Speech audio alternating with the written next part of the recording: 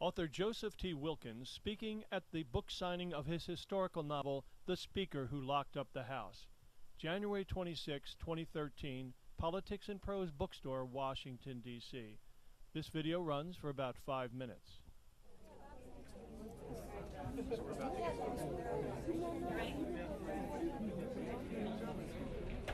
Hi, my name is Bill Leggett, and along with my colleague David Moritz, we run the Opus Book Machine.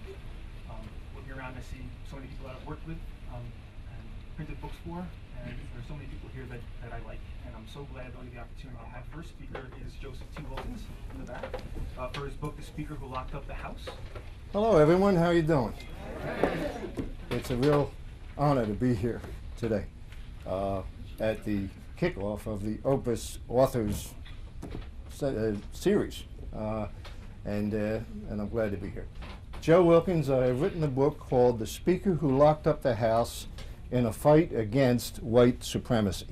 It's available here at Politics and Prose, and I have been lucky because the book has been endorsed by the chief historian for the U.S. Capitol Historical Society, and they invited me to give a speech on Capitol Hill last March, and also by Don Ritchie, who is a distinguished author and is also the official historian of the United States Senate. So it is a historical novel about a real event, about the speakership of Tom Reed of Maine.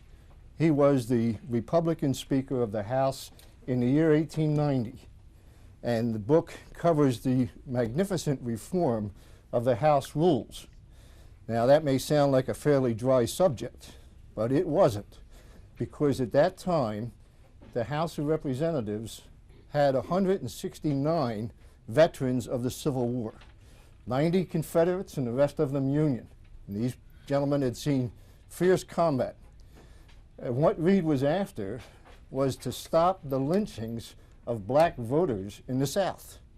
And he wanted a law that would permit federal troops, 25 years after the Civil War, to be sent into the South to protect black voters trying to vote.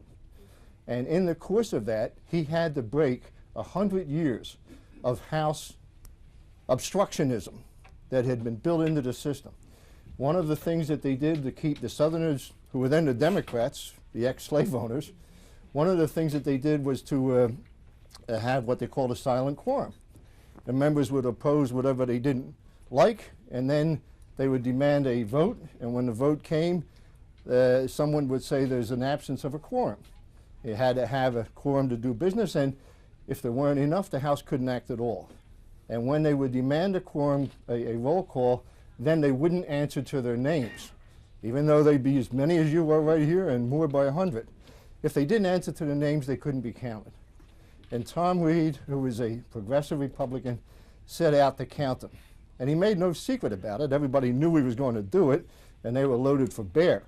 And when it started on a contested election seat, then when Reed started to write down the names of the men who were not answering, all right, the reporters in the press gallery above his head were looking down. They knew what was going on.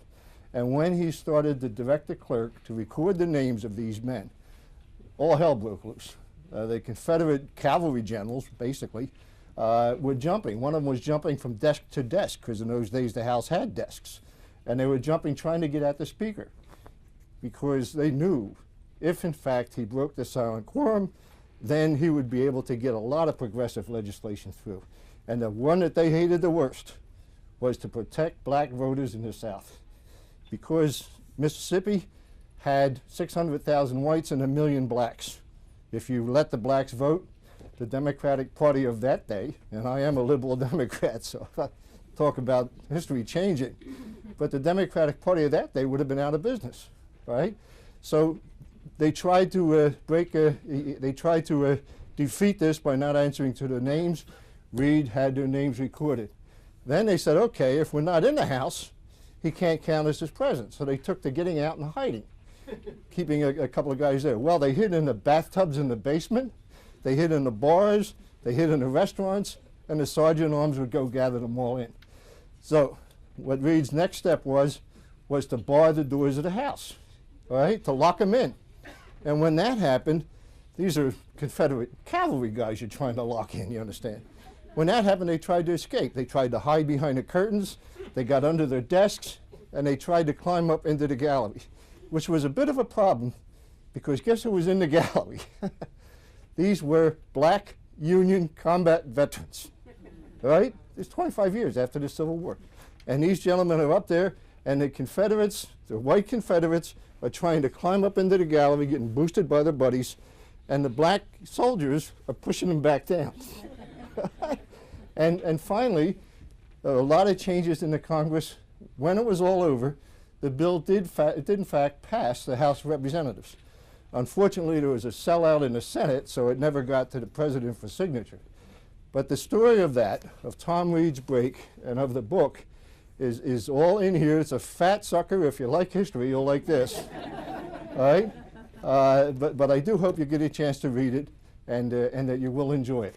And I thank you very much for the opportunity to be here and to talk about it. Thank you.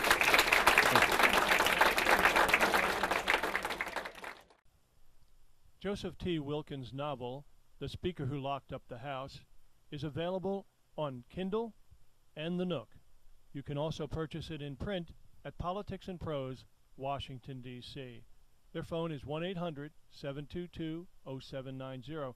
Follow Joseph T. Wilkins on Facebook or Twitter and visit him at www.josephtwilkins.com.